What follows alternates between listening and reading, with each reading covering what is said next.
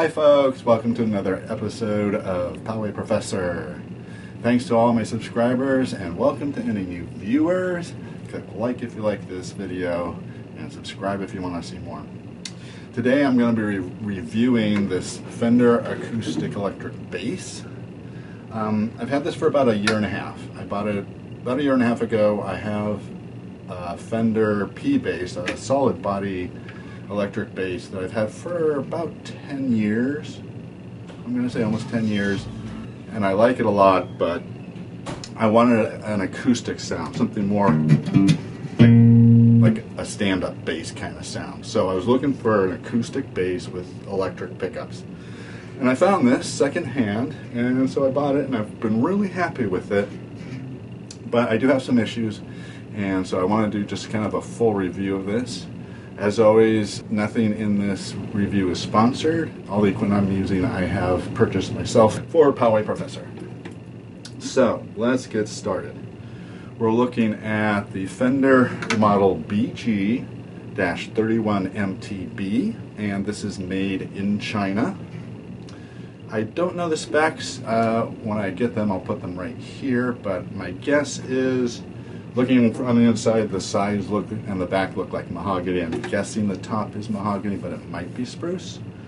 And I would guess also that means probably the neck is mahogany as well. I'll look that up. It's got a very, very heavy finish, as you can see from the reflection there.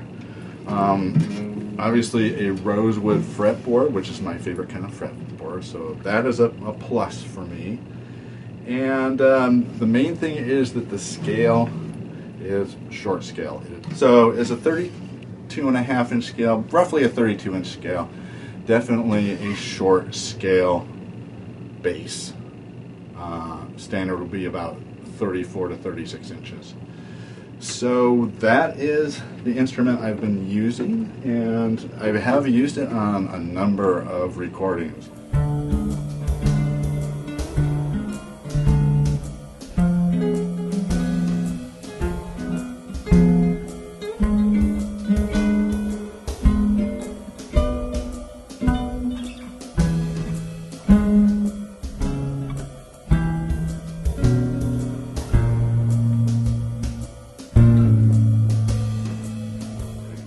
I do like the sound, so it did get what I wanted, which was less of a electronic sound.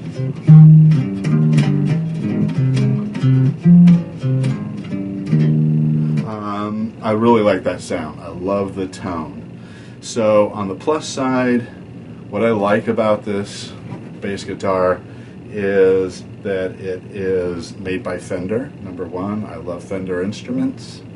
I love the simplicity of the Telecaster and the elegance of the Stratocaster.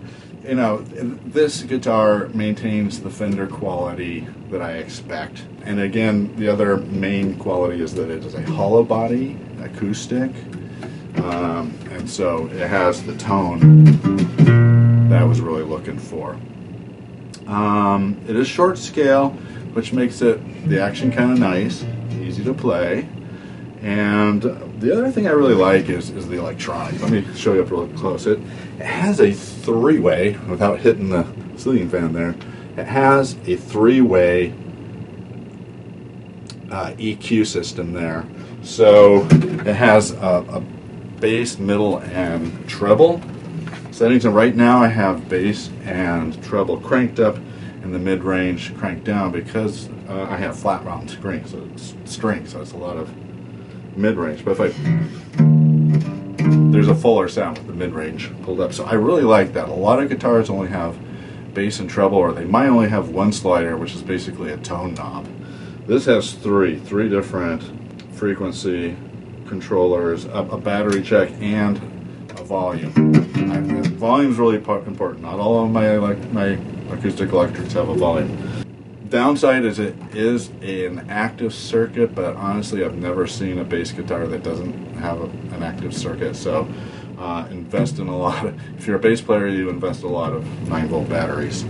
I decided to put flat wound strings on. It was a second-hand guitar, and the strings that were on here were really well worn. They were round wound, and they were black. They were so corroded, but they sounded okay. But I wanted new strings, and so I went with flat wound because I wanted to reduce the string noise. See, no string noise, and I really like that.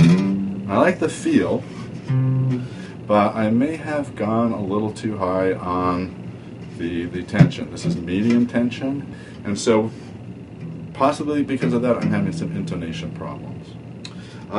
The other positive thing I like about this guitar is that it does have a truss rod. So if you'll notice, when I first got it, or recently actually, this was recently, I adjusted the truss rod and I cranked it all the way. I've got as much relief as I can get, and yet the intonation is still off. So for example,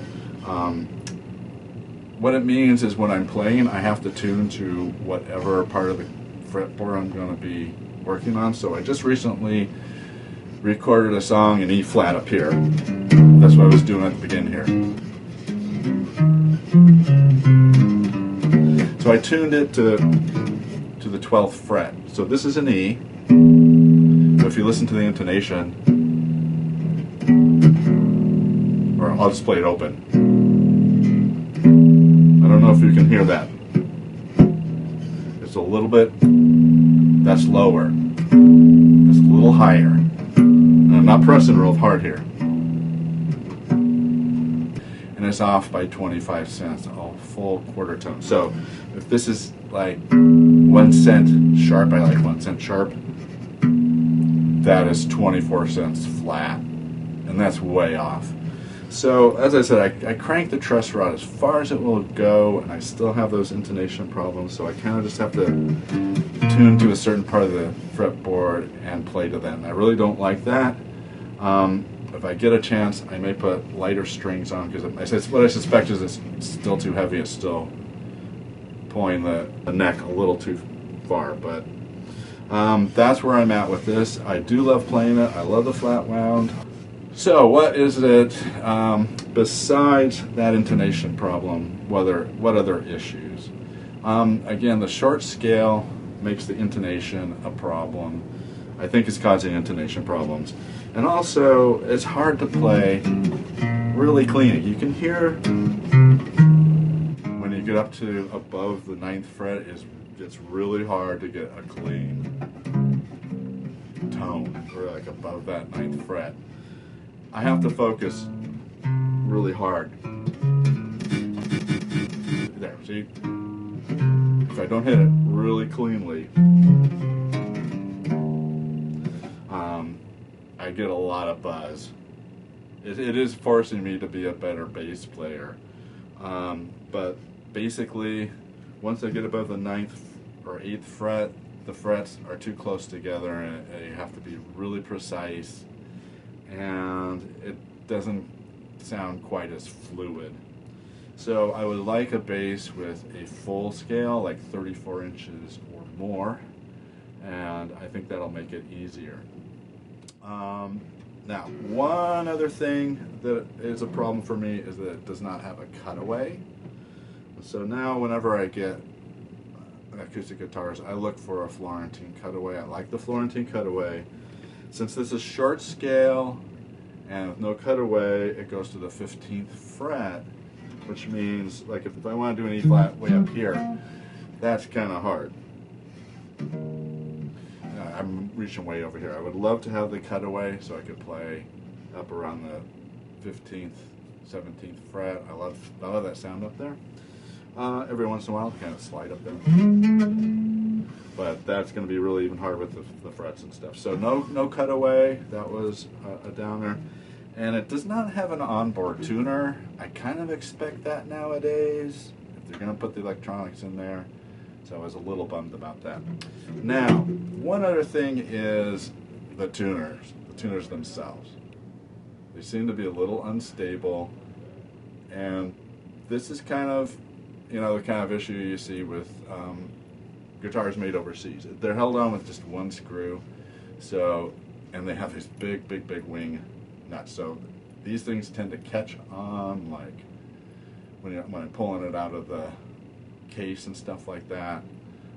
It does catch on things, and it's easy to bang it against stuff. So these are kind of unstable. Let me show you. I had to fix, one of the other things I did when I changed the strings was to fix one of I think it was this one, the fourth string. The tuner was loose, and so I had to use a little toothpick in there. That's a standard little carpentry trick, and it's still a little bit loose, but the stability is much better. But they're all a little bit, you know, questionable. I do really love the size of it. The full length of this is only 43 inches, so it actually fits into. This is actually just an oversized acoustic guitar case, a dreadnought case. So it will actually fit into a full dreadnought case. You don't have to get a huge honking bass case for it. 43 inches, extra large dreadnought.